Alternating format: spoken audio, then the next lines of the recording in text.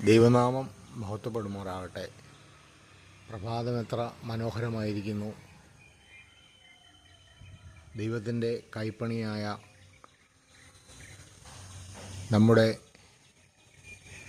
വൃക്ഷലതാദികൾ, പക്ഷിമൃഗാദികൾ ഇവയൊക്കെയും പ്രഭാതത്തിൽ കാണുമ്പോൾ നമുക്ക് എത്ര മനോഹരമായ നമ്മുടെ ജീവിതത്തെ ഉൾക്കാഴ്ചയോടെ ദർശിക്കുവാനായി സാധിക്കും. യഹോവയായ ദൈവം നമ്മോട് കൽപ്പിക്കുന്നുണ്ടല്ലോ, ഞാൻ നല്ലവനെന്ന് രുചിച്ച് അറിയുവേൻ. നമുക്ക് ലഭിച്ചിരിക്കുന്ന നമ്മുടെ നാവ് പലവിധമായിട്ടുള്ള രുചികൾ തിരിച്ചറിയാൻ തക്കവണ്ണം ചെറിയ ചെറിയ ബഡ്സ്, ആയിരക്കണക്കിന് ചെറിയ ചെറിയ ബഡ്സ് നമ്മുടെ നാവിൽ ദൈവം സൃഷ്ടിച്ചിരിക്കുന്നു. അത് എരി, പുളി, മധുരം, ചവർപ്പ് തുടങ്ങിയ എല്ലാ കാര്യങ്ങളും തിരിച്ചറിയാൻ ദൈവം ജനറ്റിക്കലി തന്നെ നമ്മളെ അതിന് എക്വിപ്ഡ് ആയിട്ടുണ്ട്. അപ്പം അങ്ങനെയാണ് നമ്മൾ ഓരോരുത്തരും ഓരോ രുചികൾ തിരിച്ചറിയുന്നത്. ചില ഭക്ഷണങ്ങൾ നമ്മൾ പറയാറുണ്ട് നല്ല രുചിയാണ്. എന്താണ് രുചി എന്ന് നമുക്ക് നമ്മുടെ വാക്കുകൾ കൊണ്ട് പറയുവാനും ബുദ്ധിമുട്ടാണ്. യഹോവ നല്ലവനെന്ന് രുചിച്ചറിയുവേൻ. അപ്പം രുചിക്കുക എന്നുള്ളത് കേവലം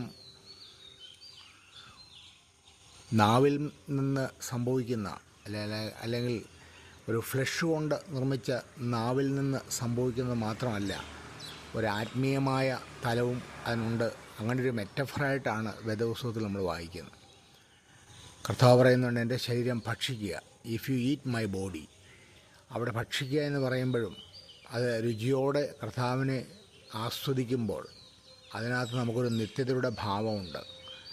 അപ്പം വൈവിധ്യമാർന്ന നമ്മുടെ നാവിൻ്റെ രുചികൾ എല്ലാം കൂടിച്ചേരുമ്പോഴാണല്ലോ ഒരു ഭക്ഷണം ഏറ്റവും രുചികരമാണ് എന്ന് നമ്മൾ പറയുന്നത്.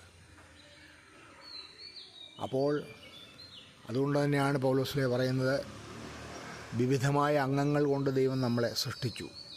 കർത്താവിൻ്റെ ശരീരത്തിൽ നമ്മളും വിവിധ അംഗങ്ങളാണ്. അപ്പോൾ വൈവിധ്യമാർന്ന കർത്താവിൻ്റെ ശരീരത്തിൽ നാം എല്ലാവരും ഒത്തുകൂടുമ്പോൾ അത് പ്രത്യേക ഒരു രുചി നമുക്ക് രൂപപ്പെട്ടു വരും. ആ രുചി കർത്താവിൻ്റെ രുചിയാണ്. ക്രിസ്തുവിനോട് ചേർന്ന് നിൽക്കുമ്പോൾ രുചിയാണ്. ആ രുചി വളരെയധികം ആസ്വാദ്യജനകമാണ്. അതുകൊണ്ട് ദൈവം നമ്മളെ എല്ലാവരെയും പ്രഭാതത്തിൽ അനുഗ്രഹിക്കട്ടെ.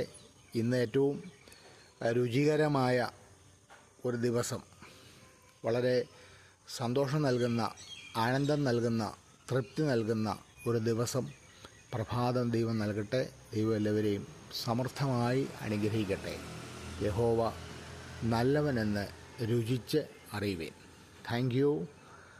സ്നേഹത്തോടെ സന്തോഷച്ചൻ.